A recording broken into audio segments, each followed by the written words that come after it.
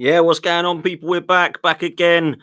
Big up to all of you in the chat. Big up to a great panel, similar to last week. We have got Henry Wright joining us. Trust me, he will be here. He's just finishing up on the football terrace. He will be with us. Joining us again is Staffy from Staffy TV. Staffy, how are you, my friend? I hope you're well. Listen, Ineos era is underway. First signing. Sure, we'll be talking about that. Wink, wink, Jimmy. But listen, nice to be back. Nice to see my brothers over here. Big up everyone in the chat. Big up everyone in the comments. Hope everyone's having a good day. Smash that like as always. Subscribe to the channel. Subscribe to all the channels here. You already know the drill. I don't need to tell you. And let's get the show on the way. I'm ready. Big up, man. Big up for coming on. Big up for that as well. And welcome. And a good friend, someone in the house again, friend of the channel. You'll know him. It's Jimmy Spliff TV. Jimmy, how you doing, brother? We here, bro. We here. It's a Man U day. Big signing. You know what I mean? Good friend. Celebration. Ineos. Let's get it going, Ineos. Ineos. Let's see what happens in the coming days, because Man United are all over the transfer talk at the moment. Every single morning I'm doing transfer news, it's Man United. In the evening, it seems to be Manchester United. Ingoings, outgoings, and I want to get Staffy's opinion on it. So I'm going to come to him first, man. Looks like Joshua Zirkzee is going to be the first in the door. Fabrizio Romano has said, here we go, which is always a good sign. Looks like he's going to be in with a shout now of being the first signing at Manchester United. What are your thoughts, first of all? Because I've got a couple of questions with it. One, do you like the signing? And two, where do you see him fitting in? Is this going to be someone to go alongside Rasmus Hojlund, someone to compete, someone to play instead of? Where are you at, Staffy? I mean, in terms of just the profile player, I like him. I've spoken about him before on multiple platforms and my channel. So anyone who's listened to me before already knows that I like the player that he is. He's more of a Martial type of player, which we obviously lost for the last couple of years due to injury. Anyways, he was there, but he wasn't really there, and obviously he left this summer. So we were left only with Hojlund, and we signed a striker that is more of a hold-up striker. He likes to drop deep. He's more on the technical side of strikers. He likes to link up play. Likes to take on a man, dribble a little bit. Is he that poacher, that player that camps in the box and gets all these goals? No, he's not. He's a completely different profile than Hojlund, which is something, number one, we need. Number two, I personally rate. And that's me basically answering the second part of your answer, because you asked me if I like it. And I do like it because I like my striker to get involved in the game outside of goals. One of the reasons I rated Nico Jackson last year, Chelsea, even though he was a bit of a donkey in front of goal, I saw that he makes players around him a little bit better. When he's not really scoring, he still finds a way to be effective. He's technical. He knows how to dribble. He had that pace. He had that power. He knew how to get past the defender. He knew how to put a ball to his wingers, stuff like that. And these are the things that Martial used to give us on his day. Obviously, when Ten Hag came in, I don't know if you guys remember that, but he was actually very excited to work with Martial. And there was always that legendary preseason tour we had with Ten Hag, where we played Sancho, Rashford, and Martial, and we were absolutely cooking. We were like, you know what? We can't wait for game week 1 of the Premier League to see how Martial does in that front line. And he got injured before the season even started. So typically, that's what Ten Hag kind of wants from his striker, whether I rate him or not. But this is the striker that he thrives to get and he likes to work with. So yeah, I'm excited to have him. I'm excited to watch him. The logistics around the deal, I'm sure we'll talk about it. Obviously, is pretty good. And yeah, I mean, listen. At least now I could say no more excuses for Ten Hag going to next season, because he's starting to get the players that, number one, he likes, and number two, the structure are recruiting for him. Right? That's what everyone told me. Give him time under a new structure. So let's see what happens. The excuses better fade away soon. Arsenal will link with him very, very loosely. I think it's clear that Arsenal are looking at centre forwards, and he's one of the ones we're looking at. Joshua Zirkzee is not a player I know much about. I understand the profile and I listen to what you say there, Staffy, and think fair play. And I think that he could be good at Manchester United, but we don't know that. We don't know that he's going to come into this league and kill it. But Jimmy, what do you think about this signing? Because Manchester United at the moment look like they're going for the positions that they 100% need. They're linked with defenders. They're linked with the right midfielders in terms of holding midfielders, and they're linked up top. Now, that doesn't necessarily mean that they're going to absolutely kill it. They're going to come in and be a different Man United, but I can kind of understand the players they're looking at the moment. Maybe though, Joshua Zirkzee could be a question mark on this one. So where are you at? Do you think it's a good one or not so sure one? Did he sign with? How old is he? 23. Oh, 23? Okay. That's not bad. I mean, it's not the typical Man United signing. You used to them overpaying for somebody old or overpaying for somebody young. But it looked like they made a decent signing. Like, I'm not like a lot of football fans that like just big names. These be the type of signings that I know, like, okay, somebody has a vision with something because it's not a huge name. It's not a big money player. So it's something that this player is going to bring that they can see that he can bring. My only thing is, I mean, he had like 11 goals. He had 12 goals and like 3 assists last season. Yeah, something like that. So that's not like killer. But like I said, I always tell people, I'm old enough to remember the season before EZE came to the Prem. He had 6 goals. I remember because I remember the year before that, he was very good. And then the next year, he had 6 goals. And I was like, And then he came with Newcastle. I was like, how this going to look? And he was 70-something. Because I remember, as a matter of fact, Arsenal was like chasing like a Mercedes Benz at the time with his name on it or something like, and swearing it was him. And I remember thinking, damn, he's a good player, but 70-something million. And he came and he cooked. So I don't really go off of goal return in other leagues. I go by the profile of the player. But my only thing is, like, a lot of people laugh at Chelsea for money spent and all that. This is now the $100 million mark and 2 strikers back to back. What was it, like 70, 60 something for Hojlund? 70, 73?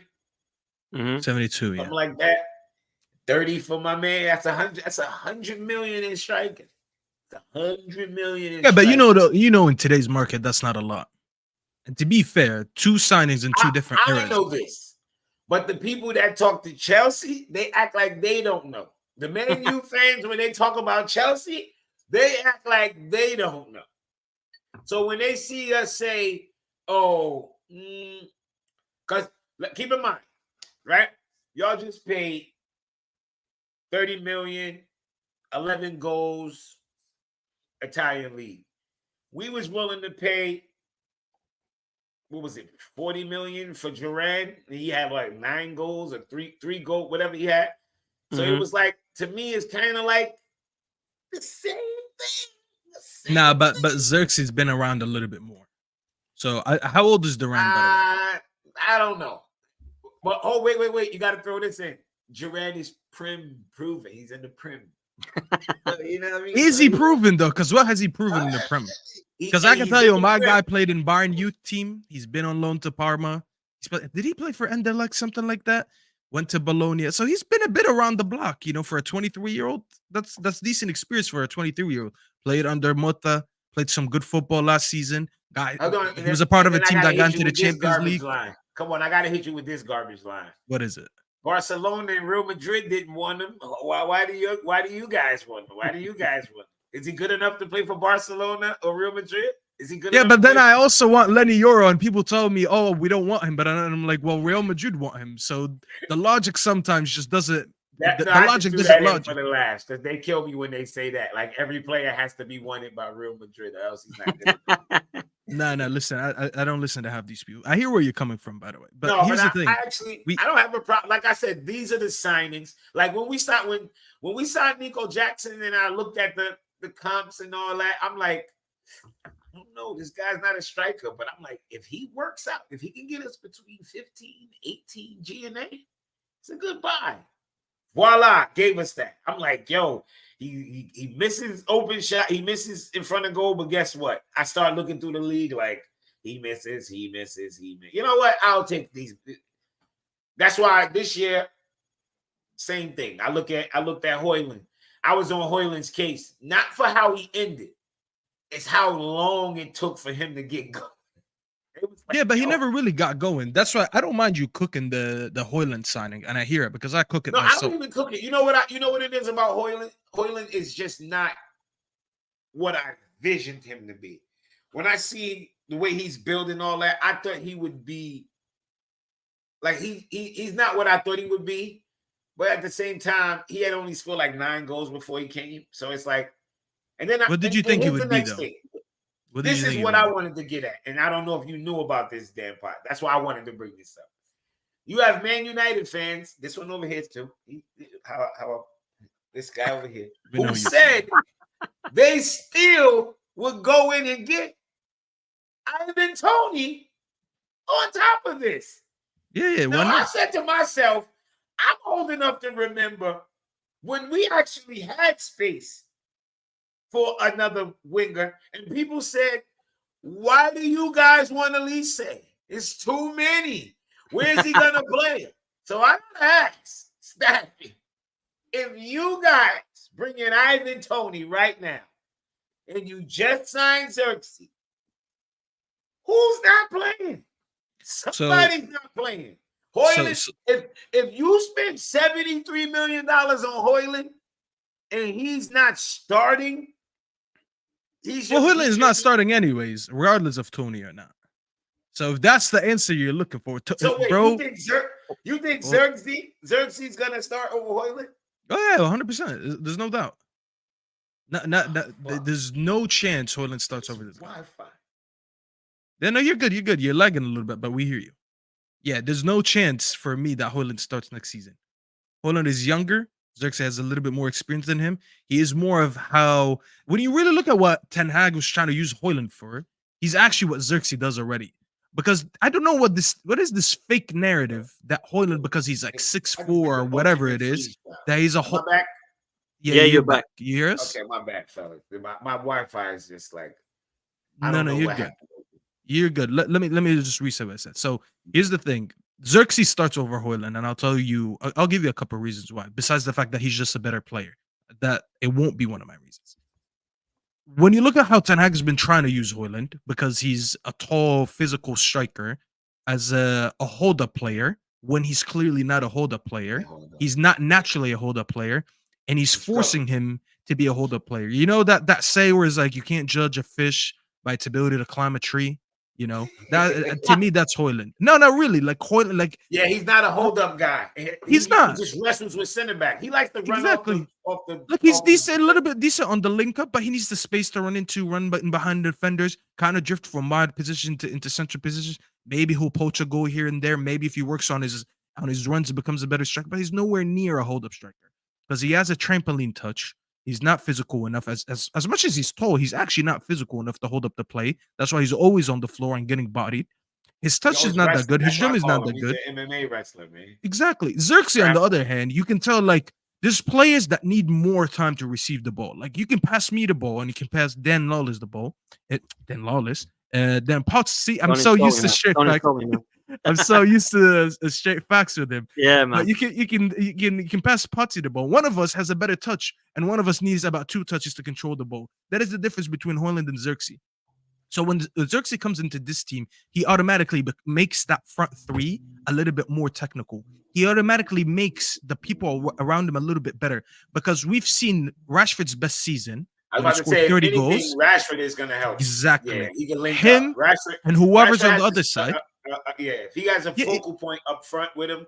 Exactly. They have someone to stick the ball to, and he can go back to making these runs, link up the play. Rashford's best seasons came when Marcel was healthy, and that one season playing with Weghorst. Not because Weghorst was technical, but he was more of that link-up striker that dropped deep and left the space in behind for him. So Zirkzee automatically comes in and kind of helps these wingers because we don't have creative wingers. We have wingers who are a little bit more direct and try to get their goals. So if you don't have that, you need to have some type of Firmino type of striker, which is what Zirkzee is. Obviously, I'm not saying he's on the same level yet, because obviously Firmino was amazing. He's a Liverpool legend. So if he becomes anything close to Firmino, we'd be lucky. So when I look at all that, I mean, we didn't even talk about the price yet. If you want me to talk about it, we didn't even trigger his release clause. And to be honest, this is why I didn't want you to judge the Hojlund signing with the Zirkzee signing, because there's two different people making these signings. The Hojlund deal, it's just a horrible deal, bro. When you look at everything, I tell people about the Raheem Sterling. People like Raheem Sterling's on 350. I'm like, that's when the owners just got in. It was crazy. Exactly. So it could be different. Yeah, it's 100%. different. Yeah. You look at the Hojlund deal, 72 million for a striker who played as a second striker, not even a lone striker, and he had 9 goals. Whereas the other striker, as I said, he's already been on a few loans, so he's been around the block for someone his age.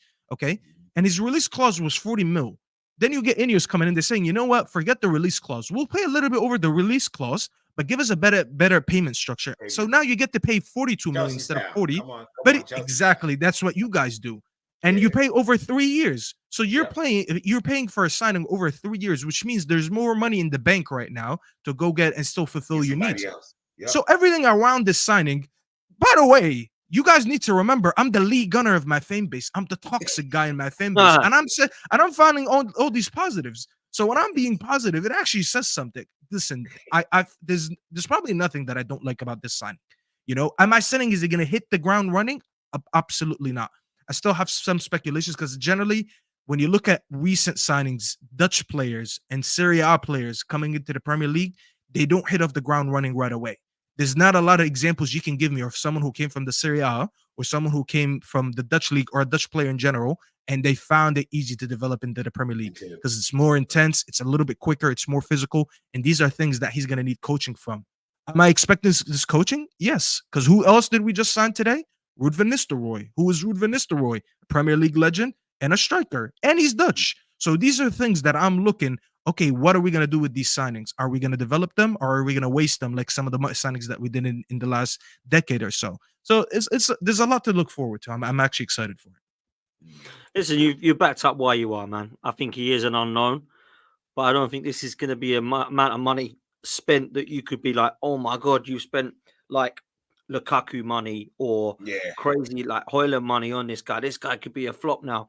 So I think there could be a quite smart business. Romano's tweeted that you didn't trigger the clause, you played slightly above so that you could do better payment terms. I think what that means is you're doing it in installments, I guess. So it could be a better deal, to be fair. Yeah, man. So actually, it could be a better deal. I think we've got to wait and see on this one. I think we've got to allow him to adjust to the league. He's still a young player. He's going to have attributes that are going to be good, and I think he's going to have attributes that might take some time to bed in. 23? Yeah, 23 years old, I think. So like the same age as Jackson. Yep. Young guys. These guys are not old guys, man. Yeah, they're not old. They're not old. They're still learning. So that's fair enough. But Staffy, I want to ask you quickly, and I'll come to you on this as well, Jimmy, on Man United, because this is a different structure. This is a different regime. In the coming days, I've definitely seen action and proactiveness from Manchester United in terms of doing their business or trying at least to do their business early. Have you seen enough, Staffy, to think that perhaps this is a completely different Manchester United in a good way, or do you still hold kind of reservations with that and reserve some judgment there? I still reserve some judgment, but I can also say from the small sample that I've seen, it's a good sample. Outside of the renewal of Ten Hag, which I mean, I'm over it by now. I guess I'm still talking about it, but yeah, trust me, I am over it until I'm not over it again. No, they've showed signs of stuff that I haven't seen in a while. So, like, I'll give you a very brief example. We get rejected by Everton for Braithwaite, and about 12 hours later, we're getting accepted for a bid for Lenny Euro. Forget the fact who's coming in and who's not coming in, because that's very subjective. That's your opinion if you think Euro will come in or not, or Brentford will come in or not. Back in the day, you would look at United, they got rejected. 2 weeks later, another bid. Then a week later, rejected. And then 2 weeks later, a third bid. And then by the end of the summer, we realized they chased one player for so long, they didn't get him, but they didn't focus on other players. Ineos came into Manchester and they taught him the art of multitasking. I guess they didn't have that in Manchester. Saeed, we need to have a talk because I don't know why you guys don't multitask in that city over there. They came in and they said, guys, by the way, while we talk to Everton, someone else can go on the other laptop that we paid for and send out an email to Lille and see if they would accept this bid. And that's what's been going on right now. When you have, and you said it perfectly in the beginning of the show, Potty, the fact that United have had the most transfer news over the last 2 days, and it's not just one or two players, it's ingoings, outgoings, bids being accepted, bids being rejected, almost here we goes for De Ligt and Zirkzee, and then outgoings like Donny van de Beek and them. That shows you that for once United are not just very slow in the market and taking forever for things to be done. The Dutch got knocked out yesterday from the Euros. A day later, one of their players is flying to Manchester to do his medical and get all that stuff done. And there's news about De Ligt being done within the next week. So it just shows you how active they've been. Even if we don't get Braithwaite, we might have, by the time we get a word on if we get Lenny Yoro or Braithwaite, we might have De Ligt in. And that, number one, gives the fans more patience. It makes the fans a little bit less stressed about who we're going to get, because we still get an idea of, okay, if we don't get this guy or that guy, we're still negotiating with a couple others, and we actually secured one center back while making other signings. And at the same time, we're offloading some players. Mason Greenwood, he was supposed to go to Marseille. I don't know what happened with their personal agreement, but in terms of what the club has done with Marseille, they already agreed a fee and everything, and actually agreed on a crazy sell-on clause later on of like 40 to 50%, which, when you really look at United in recent years, we always laughed at the club for being the worst sellers probably in the league. The one time we made a profit of a player was Dan James, and I don't know how the hell that one even happened. So for once, the club is actually moving in a way where, like, I'm unfamiliar with them. You know, Drogba, when he said I'm unfamiliar with my club, but he said it in a negative way. That's me with United. I'm looking at United. I'm like, I'm unfamiliar with my club. Who is this? You know, we're being active. We're actually getting business done, and we're not looking like idiots. We're moving like a big club again. So it's refreshing to see. You know, it's a small sample, but it's a lot happening in a short time where it gives you hope for, okay, yeah, it looks like we're cooking something. Listen, it's interesting, man. I've got to say, Jimmy, like, some of it I get, some of it is confusing. But I don't mind the confusion if I'm a Man United fan, because for me, they're clearly looking at a centre half, and they're not just doing what Staffy has said previously by going, here's 40 million, 2 weeks later, here's 45 million, 2 weeks later, here's 50 million. They're actually going, you know what? By five. They did that with us with saying? Mason Mount. I remember it was 5. Yeah, 5, exactly. You do it with Mason Mount. 5. So for me, they've got Mark Gahey they're interested in, Jaron Braithwaite they've bid for, Lenny Yoro they've bid for, De Ligt looks like he's on his way. So they've got more than one target. Now, it looks like they want 2 or 3 centre halves anyway. But the point is, they've gone for more than they actually do want, so that they can actually get their targets and prove that they've got a plan A, plan B, plan C. I kind of like that, if I'm honest. If I'm a Man United fan, I'm cool with that, because that means that you're going to get, and all of those players, by the way, would be good signings. Some of them would be great signings, like Lenny Yoro would be an unbelievable signing for me. A great signing. Yeah, that would be phenomenal. But, you know, De Ligt is an okay signing. Do you know what I'm saying? So I look at it, and, you know, some people think that's a world-class signing. Not for me, but he's all right. But he's better than like Lindelof. And he's better than Lindelof than bloody Harry Maguire. An upgrade to the back line, regardless how you look at it. And that's why I forgot who channel I was on. I was seeing. I think it was Kaz. I was telling him I don't think he's the best of player, but he's better than what you're getting out. So it's an upgrade, regardless of how you look. It's a deal, Jimmy. It's a deal. I said that on my channel. I said he's like, you know, when you go to the shop and there's like, you're at ShopRite or something, and there all of a sudden there's a fire sale. Yo, the rotisserie chicken is half price for the next hour. Because I didn't need a rotisserie chicken. Yeah. I didn't need a rotisserie chicken, but oh shit, I'm gonna get it for $5 now. You know what? I'm gonna take it. Yeah, I didn't want it, but because the deal is too tempting, I'll take it. And that's what De Ligt is. He's not the defender that I need, but like for 30 to 35 mil, bro, Max Kilman is about to get sold from Wolves, and they're quoting him for 40 mil. Yeah. So if I'm getting De Ligt for 35 while the market is telling me Max Kilman is 40, then I'm okay with that deal. Because I didn't want him, and everyone knows I was vocal about that. But when I saw the price and that he's not the only center back, I calmed down. I was like, you know what? Fuck it. I'm going to go for that deal. It's not what I want, but I'll take it. No, but you're right, though, Staffy, to be like that. You were right to have concerns. If it was going to be an £85 million centre half and him only, I would be with you. But for £40 million plus a Euro or a Braithwaite or whoever it be on top of that, I think you were quoted at 60 at first. 60 for what? What has he done in the last 4 or 5 years? Yeah, it's not 2018. Yeah, I agree with that. Even the Braithwaite 70 million, I'm like, nah, y'all better come down off of that. That's too high. Come down off of that. Yeah, Gahey and Braithwaite 50 or 60 million. I can kind of understand why they want to push it towards that, but you know, when you're going above that, it's a bit crazy for me, especially when they've gone 1-0 in the game. Well, that's what makes the Lenny Yoro bid, by the way, getting accepted even better. Because if we don't get Lenny Yoro, if I'm Braithwaite camp right now, I'm looking at this and I'm like, well, there's 2 high prospect center backs in the market this season. It's Yoro and it's my guy Braithwaite. Now this guy's about to go for 50 mil. Why is my player getting outpriced by like 30 mil? And he can even come out and if United leave, overpricing me. And guess what, Jimmy? If United leave, no one is coming in for Braithwaite this summer. Because who else needs a center back? Chelsea don't need one. Arsenal don't need one. Liverpool don't need one. So no big club in the league with that amount of money is going to come in this season if you don't sell him. So that puts pressure on Everton. Listen, let's be realistic here. I understand we're trying to get more money for him, but if they get Lenny Yoro and he agrees his personal terms, because that's the only thing that's left, then we're done, because we're stuck here for another year, and that's another year under Everton. So he won't get a bag like he wants. He won't get a move. Money. They always have financial issues, so I don't even know why they even sitting there playing that game. They always running into financial issues. Do you think, Jimmy, right? Owners or something like that? Well, ain't they trying to sell? Wait, what about them? I thought ain't they trying to sell the club or something like that? Ain't something going on with Everton? They just build the stadium. The Everton ownerships have always been a nightmare. I don't know what's happening with Everton. Yeah, they need to sell. They've got financial problems. I can see why they're trying to get as much as they can for Branthwaite and Onana, but they have got to come down and be realistic. I mean, Richo's in the chat as well. You know, big Everton fan. Big up to Richo in the chat. He'll be able to tell you. But I wanted to ask you, Jimmy, right? The way Man United are moving, a lot of people I speak to on panels, I mean, I'm not a Chelsea or Man United fan, but they seem to have this rivalry with each other at the moment. It's weird, bro. Now, maybe they've always had it and it's just me being silly, but it's like, we're going to finish above you or we're run better than you. Like, I don't know why you're concentrating on each other so much, man. I don't know why this fan base do it. It's very bizarre. If I'm Man United, I'm concentrating on Man United. If I'm Chelsea, I'm concentrating on Chelsea. Don't care about trying to finish above them, man. Try and win a trophy. So I find it weird. I call it fourth place tomfoolery. They're arguing about who's going to get top four. Neither one of us going to win the league. So it's like, I'm not going to argue with Man United. Just get me right now. We're in a position where I need top four. Before I even, to be honest, a cup, yeah, I'll take a cup and all that.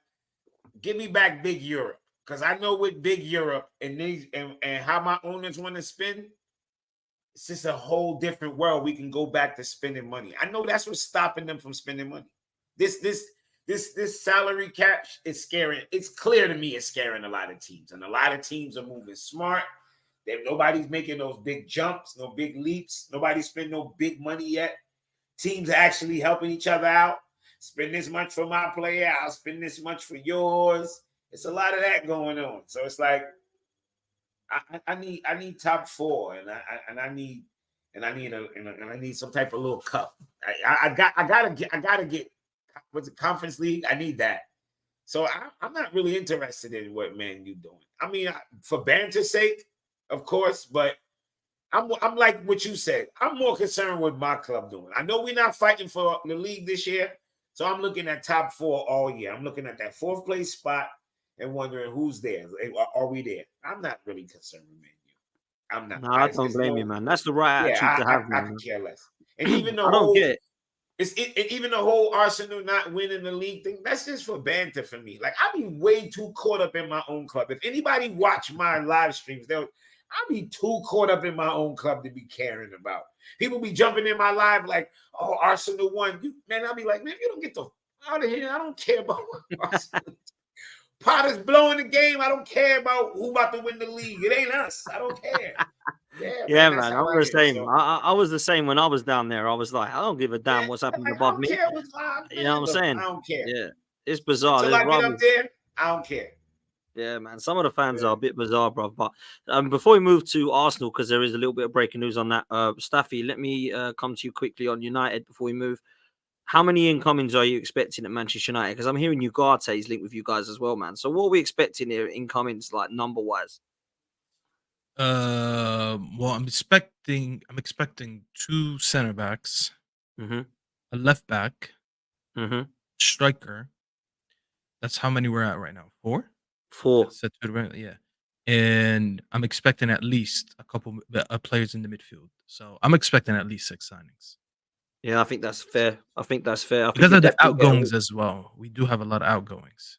So you'll get definitely outgoings. You'll get more outgoings than incomings. I wouldn't be surprised if Man United had 6 or 7. Wouldn't be surprised if you got your Zirkzee's obviously looking to be a striker. I wouldn't be surprised if you went for a wide player as well. Wouldn't surprise. Well, that's why I mentioned the Tony thing, because there is speculations that we might use Zirkzee a little bit on the wing as well. So we're trying to get that versatility. Yeah, now, fuck Antony. I don't even talk about this guy, bro. No, I don't talk about this guy. You mentioned Antony to me is like you ever saw in your Man United. It has to be. It has to Yeah. be. It really has to be for the fee as well. 80 mil, and for the way he plays That's football, got to be one of the worst. bro. Listen, I don't speak Portuguese, but I need to learn Portuguese before I fly out to California because I need to have a word with this guy. Yeah, and it won't be a nice word. I'll tell you that, bro. No, wallahi, Man, bro. I've he had enough, bro. sucks, I'm not man. even He joking, bro. sucks. Honestly, I've seen some bad players, but he's one of them that and I don't even mind if you have a bad player that's like you've tried to take a punt on for a couple of million. Like, it's cool. It's a couple of million. This guy was nearly 90 million pounds. I was supposed to come in as your star X Factor Did it signing. reach triple-digit euros, right? It was like 100 million euros. Shocking. With incentives, that would have been 100 mil. Oh, yeah. With the escalators. Okay. But obviously, we know he's not getting no incentives because if the incentives are not scoring goals, then he hit it. But if it's not, because I guarantee you, winning the FA Cup wasn't one of them. And bro, he had 1 goal and 1 assist in the league last season, and he pulled out the Sonic the Hedgehog. I'm like, bro, how long did you wait for this celebration? That fucking bro. thing that shit was digging in his skin all season. Bro, Man, he was promoting a new movie, and I'm like, whoever asked him to promote this movie, they have balls. Because how did you think he was? By the time he was gonna, like, if I'm asking him to promote it, part 2 would have been out by the time I expect him to score another goal. Part 1 gonna be on DVD by the time he scored, man. Facts, bro. Facts, bro. It was gonna be on DVD. You know, Jimmy, those red boxes that you go at 7-Eleven, yeah, to get the movie from. Swipe your card, pick up the DVD, and go home and watch it. Come out. Red box. Oh, red box. There you go. That's what it's called. Red box. Listen, I'm gonna move to Arsenal because there's some Fabrizio Romano breaking news. I don't know what's happening here, man. Arsenal are putting in mad bids for goalkeepers. This is an exclusive. Arsenal have submitted a first proposal for the 18-year-old Ajax goalkeeper Tommy Setford. He's the England under-20 goalkeeper. He's keen on the move. Negotiations are ongoing.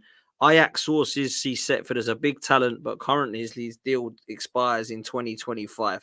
I've got to come to you guys on this one. Arsenal and goalkeepers is starting to wind me up a bit, man. I was about to say, is this a third? This is for a third string keeper, right?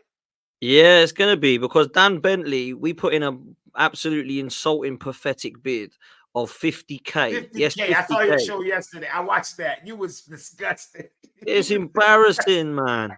It's the most insulting bid, and I had people in the chat coming for me like, "You need to calm down. You need to calm down." And I'm like, "What do you mean calm down? This is an embarrassment. We're not going. This is not the Conference League, man." And here's the funny thing: I hadn't heard about the bid, so when you kept dropping the number, I was like, "Where's he going with this?" And you was like, "No, not 100K." I said, "What did they offer?" Bro, you know what? Do you know what it is, Jimmy? Right? I think this has actually happened. I think Arteta has said to Edu, "Go get me a Bentley," and he thinks he means the car. So he's dropped 50K on a car. That's what I think it is, bro. Because you can't even get a Bentley for 50K from what I know. Dan Bentley, like 96, man. Bro, the thing is, right, Dan Bentley was 35K when Wolves signed him. That is why we've put in a bit of 50K, because we're trying to say, well, you signed him for 35, so take another 15K extra.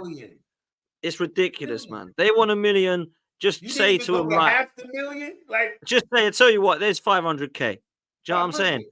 Start with that. They would have took it. They made their money. Exactly. They probably would have taken it. It's madness. Absolutely madness. So, yeah, 50K. Now they might just feel disrespected. Yeah. Yeah, it's mad, bro. So I don't know. I think what will probably happen now is Wolves will be like, let's not do business with Arsenal. That's insulting. So now we've moved on to this brother in Ajax's goal. We are looking for a third choice goalkeeper here, right? David Raya is going to be number 1. At the moment, Ramsdale is number 2. He's apparently available for 50 million. Now, we ain't going to get 50 million for him, right? We might get 25, 30, but we're not going to get 30. He's a $30 million keeper. Exactly, right? Like so that's probably what we're going to get. Tops. Yeah. Tops. So from your point of view, mate, I start with you, Jimmy, right? I'll come to you, Staffy, after. 1, what the hell's going on here? Is my first question. And 2, Ramsdale, where's he go? Because for £30 million, if he stays in the Premier League, I honestly believe he might have to lower the club he goes to. I think I'm talking like potentially a Wolves, a Brentford, a Bournemouth, a Fulham, something like that. Because Chelsea ain't going to want him for that. Neither are Newcastle. I think they've sorted their goalkeepers out. Yeah, you know what I'm saying? So where are we at here, man? What's going on? My thing is, like, Arteta is infatuated. I mean, he's had like 12 keepers since he came. Like he just switched out the keepers. Like what? They just in and out, in and out, in and out. What's up with him with the keepers? I know. And Raya is. I was surprised to find out he won the Golden Glove. I'm like, what? But then I said, you know what? That's what happens. You have the best center back pairing because that ain't because of him. man. Yeah, you got the best center back pairing. You're gonna have like that goes to show, like, you know. So I don't know. Another keeper. I don't know what Arteta was. Some of these managers, man. It was like Thomas Tuchel was the same way. I think it was with center backs. It was like every it was center back, always a center back. I don't know. Some of these managers and some of these teams, man, they just love one position. They always signing one. Always signing one. But yeah, I think Arsenal, right? They did okay. If Ramsdale go, I don't know about this kid. He 18. He's not gonna be no second. Yeah, I can't. He'll be the third choice if he comes in. Yeah. Well, and like we're looking at homegrown. That's what it is. We're looking at homegrown, like Dan Bentley or this guy Setford I've not even heard of. We're looking at them to be third choice so they can be homegrown. So they go into the homegrown quota so they can be like the equivalent of a Scott Carson at Manchester City. That's what I think we're trying to do. How much did they offer for him? Did they say who? For the 18-year-old? Oh no, it's not. It's just said it's a proposal at the moment. It's going to be. I wonder if it's 50K. Surely it's more than that, bro. I don't know. I don't know, man. Yeah, man. We got 50. We got 50K.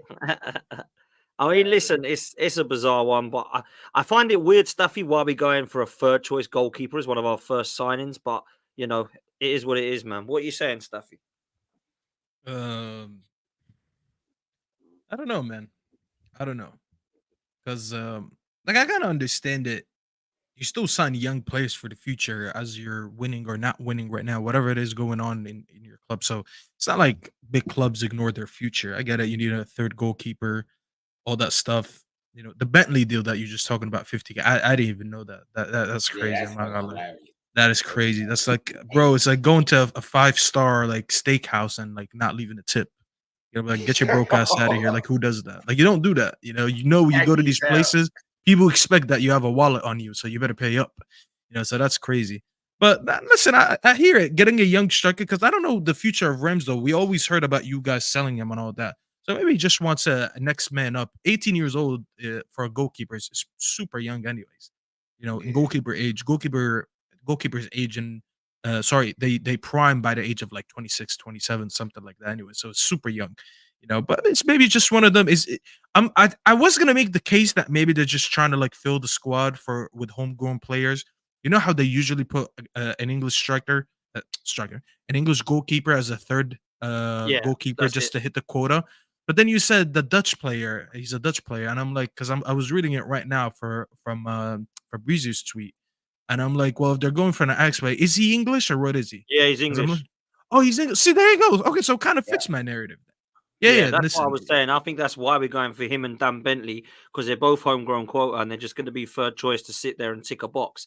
Like Scott Carson does at Manchester City. He's 39, is he? Nearly 40 now? Yeah. He just ticks a box and wins trophies with him. And it's like, here, I'm here for the ride. I mean, what? He's got the I'd rather do that with a young goalkeeper, though. That's what I always thought. And I'm like, why do they never put young goalkeepers as the third instead of a veteran? Because they do nothing. Scott Carson played like what? 2 games since Pep went in about 4 years. In 4 years, that guy, bro, he never sees the pitch. You know, so it's like, why don't you just put a young goalkeeper who's never gonna play until in his latter stage of his career? But he's gonna learn so much of the goalkeepers that play ahead of him. You know, because there's always a number 1 and a number 2 ahead of you, so might as well do it. But I'm not gonna lie, I wouldn't look too much into it. It's just like it sounds to me like a slow news day for Arsenal where there's nothing big going on. So they're like, let's just put this piece of news out. You know, like it shouldn't be something to worry about. I know people are gonna go out there and they're gonna be like, oh, we're not addressing the striker issue, we're not addressing the midfield issue, we're not addressing the backline issue if you have one. It has nothing to do with it. I'm pretty sure you're still working on your first options in those positions, you know, but it's just one of those slow days. You know, just wait until the Euros is done, the Copa is done, and we're gonna be, bro. we're gonna be spoiled with transfer news. Don't worry about it. One Yeah, I agree question with though, that. what's up with Thomas Partey? What is he staying? Is he going? At the moment, he's staying. There was some rumors where he was flirting with Saudi. I don't know if that's going to happen yet. They are looking at him, but I mean, the rumor I heard was like 30 or 40 million. If that's coming in, then that's cool. But if they're going to be trying to get him for cheap, or if somebody's trying to get rid of him for that, I'll just be keeping him unless something like that bid comes in, because you just wrap him up in cotton wool. Yeah. Exactly. When you play part, you got Partey and Jorginho. If they can be fit for 15, 20 games of your season, that's cool. I don't want to be having to play them for 40 because that's not going to be able to happen, man. They ain't gonna last. That's the way it is now. In their 30s, they're not going to be about for that. I do think midfield's an interesting one for Arsenal, though. I really do, because I still feel like we need two. I think we need a 6 and an 8, and I don't know that we're going to get a 6 and an 8. Now, Rice has got to be decided upon where he's playing. I think he should be playing in the 8 because I love him driving forward, but some people think he's better in the 6. Yeah, he can do both. It all depends what player we get. If we get in that monster in the 6, then yeah, Rice can go forward. But if he's needed in the 6, we might need that box to box. I kind of feel like we need both anyway, if I'm honest with you, in midfield. I really do. But obviously, Calafiori is the guy we're trying to get. That's the first one. I know it was me and Staffy were just talking about goalkeepers there, but you're right, Staffy. Like, let's be real. This one's not. It's like a no news. This is just a third choice goalkeeper. Sumo Dogs has actually said that we let our young English goalkeeper go to Wrexham. Yeah, Conquo was on there on loan and he did really well, and they've now signed him.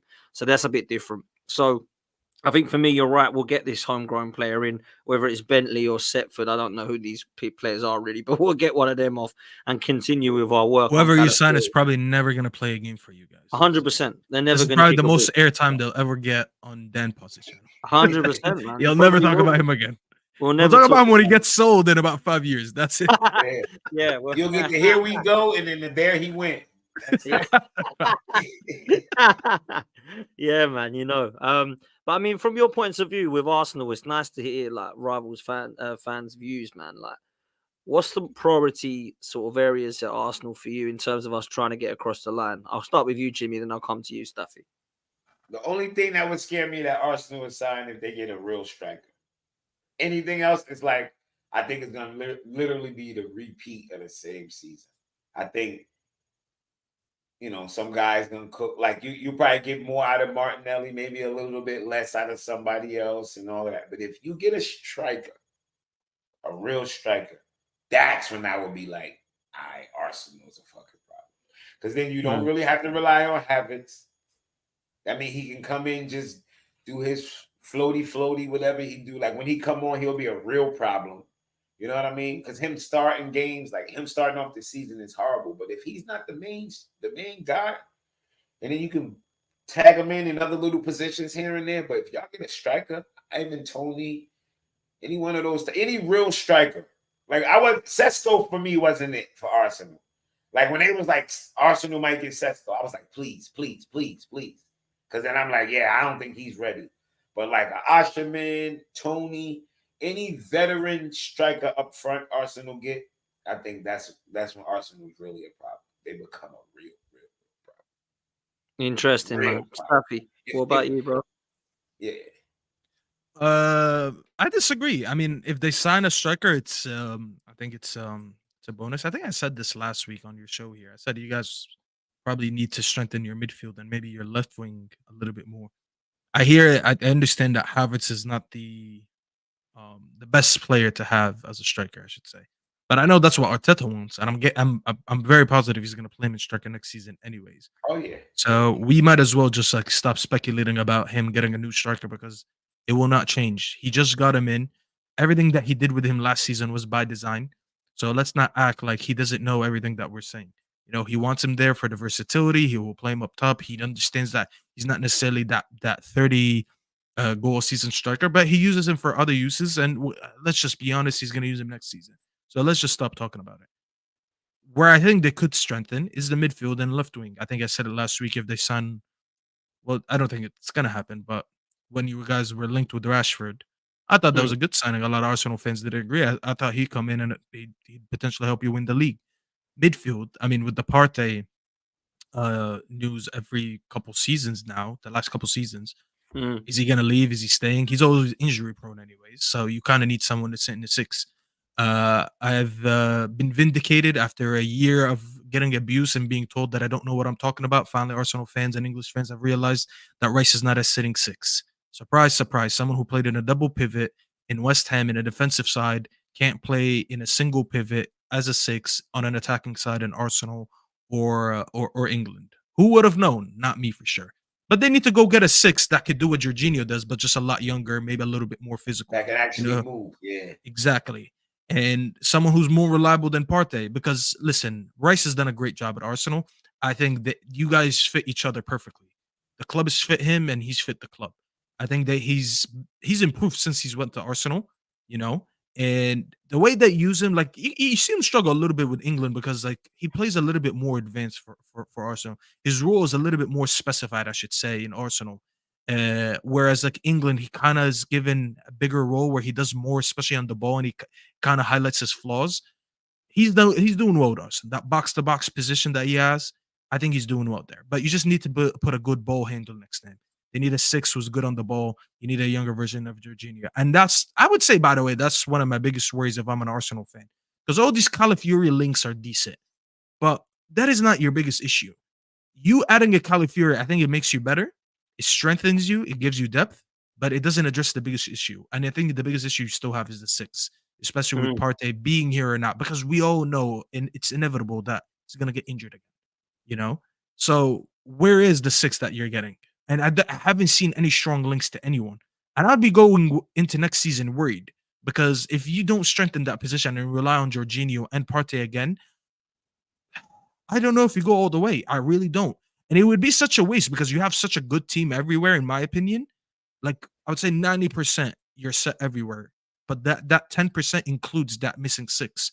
So I'd be worried that that hasn't been addressed because you have a long season coming in, a new format for the Champions League, by the way, which will result into more games. So that's more games to be played next season, which means all of us need bigger squads next season and we're still relying on injury prone players. I'd be worried. I'm not gonna lie. I don't feel like it gets spoken about enough. I think you made great points. I think Jorginho and Partey are absolutely fine as backup, but if we're relying on them, it's a different story. The only real number six that has made me go, yeah, I'd take him, has been Bruno Guimaraes, which is not happening, and the other one is Joshua Kimmich. Now, Joshua Kimmich could happen. I don't know how realistic that signing would be for Arsenal. I think Manchester City are interested as well, which could cause problems if that is the case. The only thing I will say is that Kimmich, I think at 29 years old, I think he's just got experience, has won everything in the game, and be perfect for what we want. But he's still probably not one that would make me go, wow, signing. Good Yeah, he's signing, not for the one. sure. Yeah. But he's not like the De Jong or the Bruno Guimaraes or the guy that I'd go, wow, with. Do you know what I'm saying? Like a Barella or someone like that. And I kind of think Arsenal are lacking that and need that. Now, if you're talking about a 6 or an 8, depending on where you're at, I'm kind of with you, Staffy. I want to see Rice in that 8 role because I just loved watching him there. And I think if that 6 comes in, fair play. What we have to also do, though, is be aware that Thomas Partey on his day is the best 6 that we have, the best DM that we have. He is. Problem is, he's made of glass. So we need to, whoever we bring in, either upgrade on him and Jorginho, or at least bring somebody in at that level of Partey. And Anana from Everton isn't really that. I don't think that some Zubamendi is the other one we link with. That's not that. We need to be real about it, man. Mikel Moreno, I quite like what he's done in the Euros. I like what all the Spain have done in the Euros, to be fair. He's been doing well, but I'm not too sure, man. So I don't think any of the midfield signings yet or links yet have excited me. The only thing I will say is that I've done this before, and then it's like, boom, someone comes out of nowhere, and you're like, where does that come from? And I'm kind of in the back of my mind praying that that's what's happening. In terms of the striker, other than Alexander Isak, I don't think there's going to be anybody, Jimmy, that you look and go, wow, Arsenal already now. Maybe Ivan Toney if he comes in and does what everyone thinks he might do. But I don't know that Victor Osimhen, Victor Gyökeres are going to be guaranteed to do that. So I think Havertz starts in the 9. If they do, though, if they were to get going, it'll be a mess. Oh yeah, it would be beautiful if they was to come in the club and start bagging in goals, then Arsenal will be absolutely fine. Calafiori, I actually do understand the signing because I think at left back there's been problems. The whole of our left side, in fact, Staffy was poor last season. You spoke about the left hand side, but Martinelli had a really bad season, to be fair, considering he one of our best players the season before. Season 15 before. goals. He was class. And I thought, oh, brilliant, finally. The last season, he just got a bit dead. I think the left-hand side didn't help things with that. He was the only one really played every single game pretty much. In the end, he even ended up getting dropped for Trossard in the end. But all of our left-hand side was a mess. We had Declan Rice playing in the left 8. Sometimes it was Vieira. Sometimes it was Havertz. Left back, we had Zinchenko, Kivior, Tomiyasu, Timber. And then up on the left-hand side, we had Martinelli, Jesus, Saka, and Martinelli, and Trossard that all played over there as well. So it was like a mess, that left-hand side. We need to find some sustainability on that left, in my opinion. So hopefully that window will be able to do that. But yeah, I think we need to have this window closed, and then Arsenal fans need to be Are you guys linked with Nico Williams? Let me ask you that. We're linked with Nico, but it looks like he's going to go Barcelona.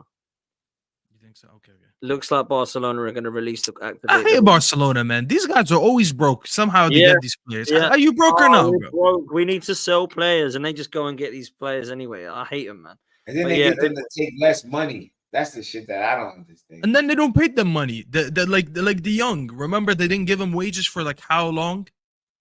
Yeah, it's crazy. I'm tired of that club, bro. The only one we are linked with today and yesterday, the one we linked with, which I think would be a very good signing, release clause of 60 million as well, is EZE. I think EZE would be a good signing for Arsenal. I really do. And I think he can come in, play at that left 8, play at number 10, play right, play left. I think he's got a few positions that he can come and definitely do some business with. Tottenham also want him as well, which is why I wanted to get Henry on, but he's stuck on the terrace still, bless him. So I think that it could be a battle between North London of where EZE might go. Liverpool apparently sniffing around him as well. Surely Arsenal would be a better prospect or better project than Tottenham. And Liverpool right now as well. Everywhere is better than Tottenham. Well, anywhere is better than Spurs, let's be real. But yeah, you never know though. Spurs do offer first team football, and they can offer, a little bit of a project if you like what Levy's trying to do.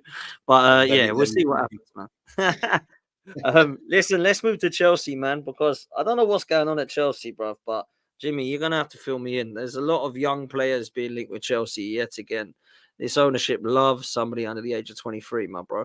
And it looks like you're doing the same thing. Obviously, Dewsbury Hall is the guy they've got in with Maresca. What's the feelings with yourself, brother, at Chelsea, man? Because I know you say it how it is. You don't beat around the bush. Yeah, sell. Gallagher. We gotta sell Gallagher, man. Like, we got a lot of midfielders right now, and I don't mind. Few of them I know gonna be going on loan, like Ugochukwu. 3 teams are in form now, they say. Hopefully Santos stay. Dewsbury Hall probably gonna start. At first, when we first got him, I didn't think so, but now, like the last few nights, I sat down and watched some videos of what Maresca liked to do, and I could see him starting. I want a striker. If we don't get a striker, I want a goalkeeper, and I don't think we're gonna get either. So it's like, I don't know, if my squad goes in the way it is now, I still expect top 4, right? And my idea of I say cup because we're in the Conference League. It's like we gotta win that. It's like there's no reason not to. Your bench and your kids can get you through the group stage, and then you just go ahead and win it. So we need to win that and get top 4. That's how I don't really need too many more transfers. I'm not one of those people that get too greedy with it. Sometimes I think as fans, the Chelsea fan base, I can say, they get too greedy. And then when you look up, we got a 41, 51 man squad, and players are getting changed in the women's locker room. You know what I mean? Like, so it's like, slow down. And if we don't get a striker, if we don't go out and spend big money on a striker, I get it. Because the way how Jackson played, if he improves 10% more, 15% more, that's gonna be almost 20 league goals. What more could you want? Like, goals need to be dished out. I just can't wait for preseason. I'm gonna be honest. Like, last year, looking forward to preseason was more of just me missing football. This year, I'm looking forward to preseason to see what we're gonna look like. Like, what I have no idea what it's gonna look like. With Poch, I kind of had an idea because I kind of knew how he played. Maresca is completely. I watch videos. I watch. I'm interested because we all sit down as fans and we put together these lineups, and then it's like But wait, what if he don't like that play? You know what I mean? Like, I see people putting all these lineups together and Lavia is not in it. But I'm saying to myself, I know he trusts Lavia. He coached them. They won the Premier Youth together. And one thing we know about coaches in football, the player that could be there before they get there could be better than their guy. Their guy is gonna play. The guy they like, the guy they're comfortable with is going to play. So I'm interested to see the lineups. I'm interested to see if we bring a striker in. And fingers crossed that we get a goalkeeper. Because the Sanchez, you know more than anybody else. Arsenal, he gave the ball right to Rice. We was on our way to beating Arsenal. He said, "Here you go, Rice. Here you go." So, yeah, right now, transfer season, I'll give it a, C plus, B minus, I guess. You know what I mean? The grade will start going up for me when we start getting rid of, like, Lukaku got to go. If we can get real money. Forgot you guys still have this guy on the payroll. That is crazy. Well, this should be the end of this train right here. Like Gallagher, like you got weirdos in our fan base, right? Who like, oh, Gallagher should run out his contract and leave on a free and show this club. I'm like, do you support Chelsea or do you support Conor Gallagher? Because if Conor Gallagher gets real bids and turn them down and run his contract out, I will hate him for the rest of his football career. I will hate him because he's doing something to negative affect the club I support. I don't support Gallagher FC. Like, you kidding me? Gallagher? They got t-shirts that say, if they sell Gallagher, we riot. I've never seen nothing more pathetic in my life. If you what the hell, man? And people always talk about Chelsea drop, their standards drop. Not with the owners, no, with the fans more than anybody. Because we stand Kai Havertz, we stand Mason Mount, and we stand Conor Gallagher. 3 players that if you put in our glory days would not even, they wouldn't even be able to allow to clean the locker room. They wouldn't be good enough to clean the locker room. And those are the 3. I watched them give Conor Gallagher a banner. They gave him a banner before, what's his name? Conte. And I still can't get over it. This is my job. I got to go on mute for 1 second. I'll be right back. No, you're good. You're good. It's crazy. It's crazy. They gave him a banner before Conte. Listen, we have a lot of weirdos in our fan base because I've suffered from a lot of them at United too. And I'm like, bro, these players are just so mid. Like, no disrespect to Conor Gallagher. He clearly is good enough to make us a professional footballer in the Premier League. So I'll give him respect for that. But when you hold him to the level of Chelsea, we just seen this guy get a start ahead of Kobe Mainoo in the group stages of the Euros. And then look at what Mainoo's done since he came in. Like, it's at some point we just need to realize that, like, it's not even agendas against these players anymore. We just need to stop glorifying these mid players. And he's a mid player. He's a Premier League player. Because I say the same thing about Scott McTominay. He's clearly a good enough Premier League player because he's made it in the Premier League. But come on, like, I just don't understand the idea of trying to keep these players for as long as they do. Clearly, when you look at how Chelsea are moving as a club and as a team under Maresca, Conor Gallagher, yeah, maybe off the ball he's good. He'll do a lot of running. But everything that I've been told about Maresca, because obviously I didn't watch him personally, but everything I've been told about Maresca and how he likes to play football does not scream Conor Gallagher at all. You know, all these technical players that can pass and receive and move the ball and play that possession-based style, press off the ball, can keep the ball when they're on. How does Gallagher fit in that? And I actually find it very weird, the obsession that the Chelsea fan base have over him. You signed Lavia, you signed Enzo, you signed Caicedo, you're signing all these players, and you're obsessed with Conor Gallagher for what? I just don't get it. I just find it very, I very, understand very weird. the Conor Gallagher and Trevor Chalobah have come through the ranks, and Chelsea fans have this sentimental stuff with it. We've kind of got it with the likes of Eddie and Nelson and Smith Rowe, etc. Right? They've got to go. You've got to move them on. You've got to get upgrades on them, right? Excuse me. Now, Conor Gallagher is not the worst player at Chelsea. I don't think anyone's saying that. I don't think Jimmy's saying that, right? But the obsession you've got with it, like Jimmy said, do you support Conor Gallagher FC or Chelsea FC? Like, you cannot That's hold what on to kills me, managers and man. players. You cannot do that. You cannot hold on to a manager. You cannot hold on to players. Do you know why? Because you're going to outlast them. You as a fan are going to outlast them. Always. Always. The club is the And star, here's the not the thing with player, not the Chelsea manager. fans, right? We got rid of Juan Mata after he had like a 50 GA season, bro. Like, you think I could care about losing Conor Gallagher? Like, I just you understand what I'm saying? We got rid of Juan Mata and brought in Oscar. He was your player of the season, remember, Jimmy? Bro, two Juan seasons Mata in a was row. one of the best players in the world at the time when we got rid of him. And he was like, it was one of the most amazing things I ever saw that season. He crossed our bone to Drogba when you won the Champions League. Bro, he had to go because it wasn't in the vision. He brought in Oscar, and guess what? We won the league. We got rid of KDB and these guys. We won the league. It is what it is. Like, sometimes guys got to go. And like, Conor Gallagher is good for what he can do.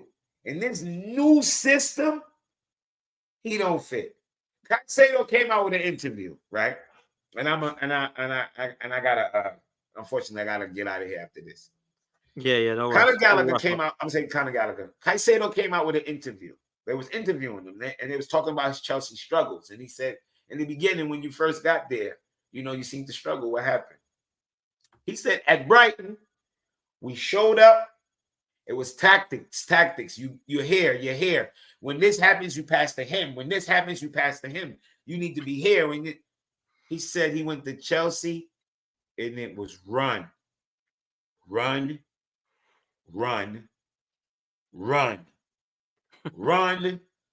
He said we did not do tactics. Now, throughout the season, I kept posting Kyle Walker saying it. Kyle Walker interview when he said he left. He said, when leaving from Poch to Pep, they said, what was the biggest difference? He said, we actually practice tactics. Poch, you run. So when I looked and I saw what I was seeing last year, and you can go through any one of my last year's streams of any game that Chelsea lost, and you got an abundance of them, pick one. And watch me ask, are we practicing during the week? I literally used to ask that. At first, I was being facetious at first. And then after a while, it dawned on me, no. This actually looked like my friends when they get together all week. We talk about what's going to happen, and then they actually go play Sunday, and it looks horrible because nobody practiced during the week. That's how Chelsea was looking. So I already know that Chelsea's going to be a whole different ball game with it. It's a new manager who actually teaches football. Hallelujah, church. Praise the Lord. I'm ready for the season. I like watching Poch. Like, I would feel sort of like how Staffy felt when they re-signed Ten Hag. It's like you go into the season like with your head down, because it's like, I know the tactics already. I know what he does bad. The only thing I can hope is that what he did bad, he gets better at. And that's not how you want to go into a season. Like, it's just like we go into a season, new manager. I call him Parmesan Pep. I want y'all to know when you heard that name first. Parmesan Pep. They put up a picture the other day with Pep and him. Is he Italian? I swear, I didn't know who was who. I was like, yeah, he's Italian. Okay. Makes sense. I was like, he has to be Italian for that nickname to work. Yeah, Parmesan Pep, man. I know I'm using it. Pep. I'm like, did you see that suit he had on the interview? Hey, listen. Hey, if he can coach as good as he can dress. What was it? Versace? He had some Versace on. That suit was a man. I'm not sure. I need to see more of him, man. I don't know enough about him, but there's a madness from Villa coming out just quickly before we do close. Musa Diaby apparently is going to Saudi Arabia. That is crazy. That is absolutely crazy. He is a quality player. Wait. I'm looking at it now. Transfer news lad. Diaby's agreed to Al Etihad. Saudi club will now enter talks with Villa over a fee. But there was a one just a minute ago that said breaking Diaby's reached an agreement on personal terms. Yeah, here we go. It's going to be 60 million euros apparently. Diaby want the bag. Diaby said, "Fuck Champions League football. Give me that bag." Yeah, I've done my part. How old is he? 25, 24? He's pretty Crazy. young still. He's pretty young. He's still young, man. It's crazy. He That can is. go get the bag and come back, man. Man, You know what crazy. he might do? He people need to learn of Carrasco. There's no better bag chaser than Carrasco. He went to China, got his bag, and then came back to Atletico. And I swear he went somewhere else, collected a bag, and then came back to the La Liga again. Bro, the guy was just in the Euros. And I'm like, Carrasco from 10 years ago. He's still playing. So he got the best of both worlds. He got the money, and he played European football for long enough. It's insane, bro. He needs to. And he's still playing international, man. It's crazy. He's still playing international ball. And some people, and you know what? Some people who sit home with not even a high school diploma would say, he doesn't have any ambition. What? What do you mean? Made a bunch of money, played at the highest level. That kind of ambition? Like, come on, man. But I can't. It's crazy, man. Listen, crazy before I would take him at Chelsea right now. He's going to damn Saudi Arabia. Wow. It's mad. I think he's a top player, Mr. Diaby. Yeah, man. Before we close, Dani Olmo, £50 million release clause. Anyone think they see a Premier League club coming in for him, man? Because I rate him. I can't lie. He's a pep player. Yeah, he's another player. Every panel I'm on, when they bring him up, people, oh, he's shit. And I'm like, what? Dude is clutch. Good player. I see him. Champions League. I don't see him much in the Bundesliga because the Bundesliga. When I watch Bundesliga, I watch sparingly. Like if Strasbourg Steve, if I'm on Twitter and he screenshot come up, and I see a game, I'll be like, you know what? Let me turn the game on with Bundesliga. If my club needed, like we got Dewsbury Hall, so we wouldn't need him. But yeah, he's that. I would take him. I would take him on my squad. If we didn't have Dewsbury Hall right now and Chelsea was in form, I would take him. I'd take him as well. I think he'd be a really good fit as well. But I feel like Man City have got all over this, if I'm honest. KDB looks like he could be off to Saudi Arabia. This guy's coming in to replace him, isn't he? Does anyone think there's any other chance of him going somewhere else, Staffy? Who, Olmo? To anywhere but City? Nah, he's Dani a City Olmo. player. You could just look at him and he's a City player 100%. I would love him at United. I just don't think he would get him. I think he would be a good player. He's going to be right in City playing that tiki-taka, scoring goals. It'd be amazing for us, but we just won't get him. Yeah, he'll go. Listen, he could be Bernardo's replacement. He doesn't necessarily play on the wing, but you can bring him in and play him in that second midfielder role next to KDB or whoever's going to inherit KDB's position eventually. Most likely Phil Foden, but that's just a Pep. It would be Foden. Take KDB. Yeah, but that's a Pep player written all over it, bro. You just look at him. You look at how City play ball and how he plays ball. I didn't even know that he was from La Masia growing up. I didn't know that until recently. So he is La Masia. I didn't even know that. So even more reasons to think he's a Pep player. But yeah, and honestly, how often do the where does he play? Red Bull Leipzig. I'll be Leipzig. How often the Red Bull have like really bad players? Like they usually recruit very good players across all projects. So that's like, how you said earlier, Jimmy, you're like, sometimes you look at what type of clubs are linked to players and you're like, you know what, that's a check mark, because like if Barca and Madrid, example, are linked with you, it means something is good about you. When you look at certain clubs that you played for or recruited you look at them and you're like, Leipzig, okay, they usually recruit good players, check mark next to that's like how Brighton it means someone rates you. Exactly. That's how Brighton is in the Prem. Anytime Brighton have a young player, everybody be like, wait, you going where? Brighton? Yeah. Brighton, who's that? Keep an eye on him. Keep an eye on him. How much is he? 10 bags of chips? Okay, wait, hold on. Why is he going there for that cheap? Wait, hold on. We might have to recruit him.